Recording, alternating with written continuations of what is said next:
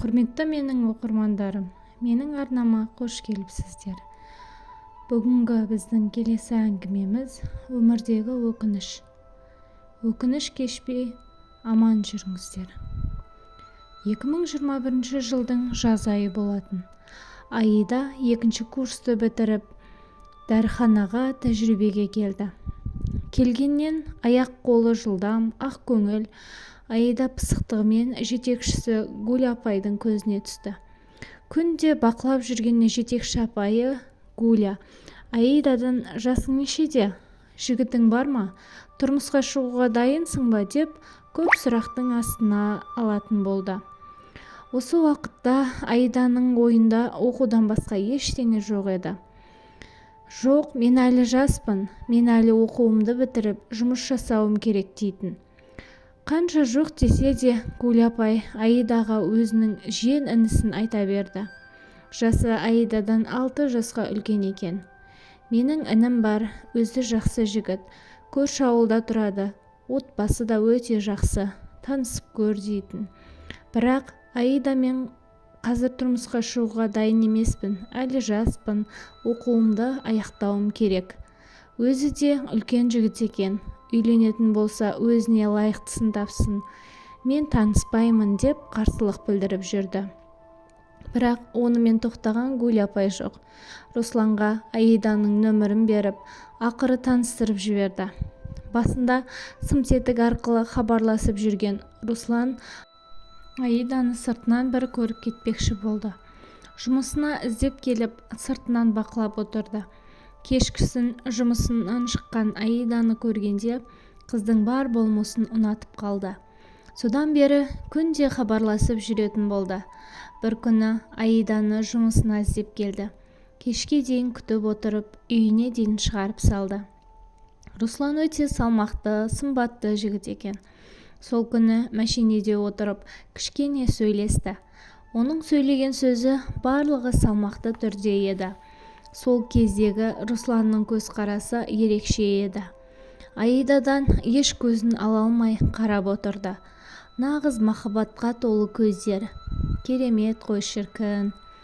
Міне, содан бері күнде кешкісін Аиданы күтіп алып, жұмысынан шығарып салып жүретін.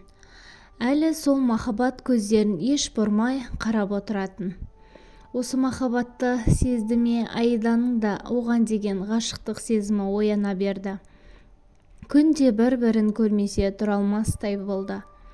Үйіне шығарып салып, артынан қайта хабарласып, екеуі көзі ұйқыға кеткенше сөйлесетін еді. Осылай жүргендеріне де бір ай болды. Енді Руслан үйлену жөнінде айта бастады. Ертерек Аиданы өзіне жар еткісі келіп, бақытты өмір сүргісі келді. Алайда Аида әлі ерте, үйдегі ата-анам рұқсат етпейді, оқуымды аяқтап алайын дейтін. Руслан онысына да көніп жарайды деп тағы жүрді. Бірақ арасында қайта үйлену туралы сөз қозғап қоятын. Өйткені сол уақытта Русланның әкесінің жүрегі ауырып жүрген болатын. Ертерек келін әкелсең, сенің жарыңды көріп кетсем деген сөзді көп айтатын болды. Соңғы уақытта ауруы үдеп, күнде ұлына ескертумен болды. Әкесінің сөзін екетпейін деп Руслан Аидамен қайтадан үйлену туралы сөз қозғады. Ол уақытта Аиданың тәжірибе уақыты біткен кезі. Барлығын айтып, әкесінің ауырғанын, ертерек үйлену керек екенін түсіндіріп айтады. Алып қаш десең оны айт, болмаса ертерек сырға салып, құда түсіп алып кетейін. Ата-анаңа айтып, ақылдасып, бір шешімін айтарсың деді. Үйіне келген Аида анасымен отырып, Русланды жақсы көретінін және тұрмыс құрғысы келетінін айтты. Оның үстіне Русланның әкесінің жағдайын айтып, рұқсатын сұрады. Анасы қызына қарсы келмеді. «Егер ұнатсаң, мен қарсы емеспін. Тек әкеңмен ағаңа айтып көрейін» деді. Сол күні анасы барлық жағдайды Аиданың әкесі мен ағасына түсіндірді. Әкесі: «Жарайды, егер өзің қаласаң, рұқсат етеміз» деп ұзататынын айтты. Алайда әкесі келіскенмен ағасы ашуланып шықты. Ерте шығып не істейді? тұрмысқа шықпайды, әлі жас, оқуын оқып бітіріп алсын, сосын ұзатамыз деп айтқанынан қайтпады. Аида ағасының көңілін қалдырғысы келмеді. Мүмкін ағамның айтқаны дұрыс шығар, әлі жаспын, оқуымды бітірейін, сосын шығармын деп те ойлады. Жауабын тағатсыздана күтіп жүрген Русланға хабарласып, ағасының қарсы екенін айтты. Мен әлі тұрмыс құруға дайын емеспін, жаспын, оқуым керек. Күтетін болсаң, оқу бітіргенше күтесің дейді. Русланның қанша бақытты етемін, маған тұрмысқа шыққаныңа өкінбейсің, алақанымда аялап өтемін деп қанша айтқанымен, Аида айтқан сөзінен қайтпады. Егер мені күте алмасаң, ара қатынасымызды үземін. Дәл қазір қанша айтсаң да тұрмысқа шықпаймын. Егер үйленемін десең, басқа қызды ал деп тұтқана қоя салды. Нөмірінің барлығын бұғаттап тастады. Сол күннің ертесіне ойламаған жерден Аида туыстарымен тауға шығып кетті. Сонда қыдырып, арты туған күнге ұласып кетті. Ол уақытта Аиданың Русланды ойлауға уақыты болмады. Туыстарымен уақытты керемет өткізіп жатқан еді. Үйіне қайтқан Аида енді Русланды іздей бастады. Өйткені күнде хабарласып тұратын Русланға бауыр басып қалған еді. Шыдай алмай, нөмірін бұғаттан шығарып, түнгі 12-лер шамасында қоңырау шалды. Руслан қоңырауды ала қоймады. Таңертеңгісін ерте қоңырау соғылды. Қараса, Руслан екен. Тұтқаны көтеріп, Русланмен сөйлесті. Әкесінің қайтқанын, керек-жарағын алу үшін базарда жүргенін айтты. Мұны естіген Аиданың көңілі бір пәсте түсіп кетті. Ішінде мұндай боларын білгенде, тұрмысқа шығып, әкесінің ақ батасын алу керек пе еді деген ой болды. Ол ойын «мен үйлендім» деген сөзі бұзып жіберді. Аиданың төбесінен біреу мұздай су құйып жібергендей кейіпте қалды. Не айтарын білмей, бақытты бол деп тұтқаны ертерек қойып тастады. Сол уақытта өзінің Русланды қалай жақсы көретінін түсінді. Ішін өртеп бара жатқан өкініш сыртқа жас болып шыға берді. Неге деген сұрақ туды. Неге тұрмысқа шыға салмадым екен? Неге өз бақытыма балта шаптым екен? Неге өз сүйгенімнен осылай айырылып қалдым екен? Неге деген күйде жерге отыра қалып, әбден ішіндегі өкінішін айтып жылады. Содан бері 2 апта уақыт өтті. Аида әлі жылауын тоқтатар емес. Оңаша қалса, Русланмен бірге жүрген кезі барлығы көз алдына келе беретін. Күйзеліске түсіп, өз-өзін ұстай алмай, көзінен моншақтап, жас аға беретін болды. Арада уақыт өтіп, Аиданы бұрынғы дәріхана жұмысқа шақырды. Барлық күйзелісті жұмыс істеп ұмытармын деген Аида келісімін берді. Жұмысқа шыққаннан Гүл апайы Русланның қалай үйленгенін барлығын айтып берді. Әкесі қатты нашарлап жатқан соң, соңғы тілегі келінді көру болды. Келіннің қолынан шай ішіп, армансыз кеткісі келді.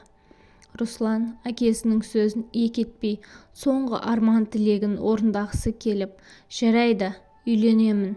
Келіннің қолынан шай ішесіз, уайымдамаңыз, әке деп уәде беріп, сенің үйіңе қарай шығып кетті. Үй жағында неше уақыт күткені белгісіз, сенімен хабарласа алмаған соң, амал жоқ, кері қайтты. Өзі әкесіне уәде беріп кеткен, қалай да болса, бүгін келін апару керек. Берген уәдесін орындау үшін көп қыздың біреуін апара салды. Руслан келін апарған соң, әкесі 2 күннен кейін қайтты дейді. Мұны естіген Аида тағы қиналды. Әлі де ішін өртеп бара жатқан өкініш. Бірақ болар іс болды, бояуы сіңді. Қолдан келер ештеңе жоқ. Бақыт тілегеннен басқа ештеңе айтпады. Өзінің өкінішін Гүл апайға білдіртпеді. Уақыт өте берді. Аида өзін жұмыспен алдап жүрді. Бірақ онысын қайта соғылған қоңырау бұзды. Соңғы уақытта жасырын нөмір күнде хабарласатын болды. Тұтқаны көтеріп, алло, алло деп жатқанымен ешкім үндемейді. Бірақ жүрегі сезіп тұр, Руслан екені. Осы жағдай күнде қайталанатын болды. Бір күні енді жұмыстан келгені сол, тағы жасырын нөмір хабарласты. Тұтқаны көтерген Аида, Руслан, сенбісің, дейді. Расында да жүрегі алдамапты. Руслан екен. Жағдайын білмек болып хабарласқан екен. Жақсысың ба, денсаулығың қалай, дейді. Ең болмағанда даусыңды естігім келді. Үйлендім, бірақ келіншегімді ұнатпаймын. Әлі де сені ұмыта алар емеспін. Тек сені сүйемін. Әттең, сол кезде маған тұрмысқа шыққаныңда осының бірі де болмас еді. Екеуміз екі жақта жүрмес едік, бақытты болар едік, деп жан сырын ақтарды. Шыдай алмаған Аида одан әрі сөзін тыңдап тұра алмайтынын білді. Көзінен мөлдіреп жас аға берді. Болды, енді хабарласпа. Мүмкін бұйрық болмаған шығар. Енді отбасылы адамсың. Отбасыңды, келіншегіңді ойла, деп тұтқаны тастай салды. Отыра қалып қайта жылады. Көз алдында Русланның еркелеткені, шынайы махаббат көздерімен қарағаны. Артық қылық жасамай, тек көзіне қарап отырып Аиданы тыңдап отыратыны бәрі көз алдына келе берді. Өзінің сол кезде нағыз махаббатынан айырылғанын сезді. Бәрі кеш, бәрі бітті. Міне, содан бері жыл өтті. Аида Русланнан кейін ешкіммен сөйлеспеді. Әлі де өкінішпен өмір сүріп жатыр. Ешкімді тыңдамай, қолынан ұстап кете бермеді ме екен деген ой мазалап жүр. Ал Русланға келсек, Гүл апайдан естуі бойынша Русланның тойы дүркіреп өтіпті. Келіншегі жүкті болып, жақында босанып алыпты. Соңы. Кейіпкердің оқырмандарға айтары, жақсы көріп тұрып, сол адамға сеніп, бақытты ететіне көз жеткізсеңіздер, өз бақыттарыңызды байламаңыздар. Сүйген адамыңызбен қол ұстасып кете беріңіздер, деп отыр. Кейіпкердің өкініші осы.